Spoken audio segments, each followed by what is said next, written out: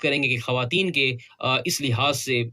کیا حقوق ہیں وراثت میں، وہ اپنا حصہ کیسے لے سکتی ہیں۔ تو سب سے پہلے سورہ النساء کی جو آیت نمبر 11 ہے، اس پہ اللہ پاک فرماتے ہیں، اس کا مفہوم میں یہاں پہ بیان کروں گا کہ جی اللہ پاک فرماتے ہیں کہ میں تم لوگوں کو حکم دیتا ہوں تمہاری اولاد کے بارے میں کہ جو مرد کی، یعنی جو لڑکا ہوگا، یعنی جو مرنے والا، چاہے وہ عورت ہے چاہے وہ مرد ہے، جب وہ مر گیا ہے تو اس کی جو اولاد ہے اس میں جو بیٹے ہوں گے ان کا حصہ ڈبل ہوگا مرنے والے کی وراثت میں بنسبت بیٹی کے۔ یعنی اگر ایک شخص ہے اور وہ مر گیا اور اس کا ایک بیٹا ہے اور ایک بیٹی ہے، تو اس کی جو جائیداد ہے وہ 3 حصوں میں تقسیم کی جائے گی، اور 3 حصوں میں سے جو 2 حصے ہیں وہ اس کے بیٹے کے ہوں گے، جبکہ جو ایک حصہ ہے وہ اس کی بیٹی کو ملے گا۔ مزید آگے اللہ پاک فرماتے ہیں دیر will be 2/3 of the estate but if there is only one girl her share will be 1/2 of the estate۔ اچھا، یہ اب ایک اور اللہ پاک اسی آیت میں مزید وضاحت کرتے ہیں کہ جو مر گیا ہے اس مرنے والے کا کوئی بیٹا نہیں ہے، اس مرنے والے کا کوئی بیٹا نہیں ہے، اور مرنے والے میں صرف اس کی ایک بیٹی ہے،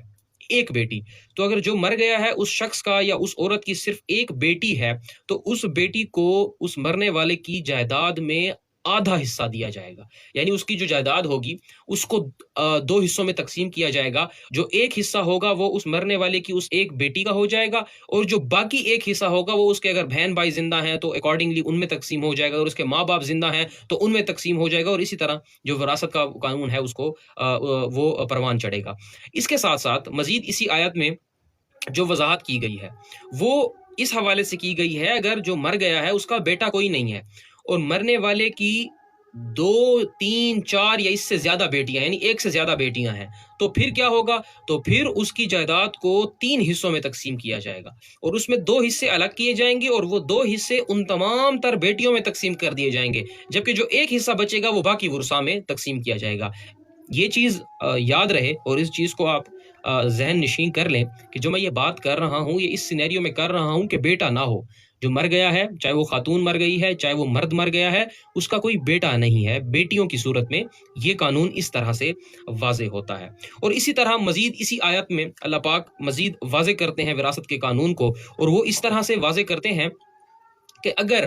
جو مرنے والا ہے اس کے فار ایگزامپل ایک بیٹا ہے 2 بیٹیاں ہیں تو اسی پروپورشن سے تقسیم کی جائے گی کہ جی جو بیٹا ہے اس کا ڈبل حصہ ہوگا اور بیٹیوں کو ہاف حصہ دیا جائے گا۔ اسی طرح اگر جو مرنے والا ہے اس کے ماں باپ دونوں زندہ ہیں اور بچے بھی ہیں، تو جو باپ ہے اس کو اس کی جائیداد میں سے 1/6 یعنی اس کی جائیداد کا جو چھٹا حصہ ہے وہ باپ کو دیا جائے گا، چھٹا حصہ ماں کو دیا جائے گا، اور باقی جتنی بھی جائیداد بچ جائے گی وہ بیٹے اور بیٹیوں میں تقسیم کر دی جائے گی۔ اسی طرح اگر جو مرنے والا ہے اس کا بیٹا نہیں ہے اور بیٹیاں بھی نہیں، یعنی وہ اس کی کوئی اولاد ہی نہیں ہے، جو شخص مر گیا اس کی کوئی اولاد نہیں ہے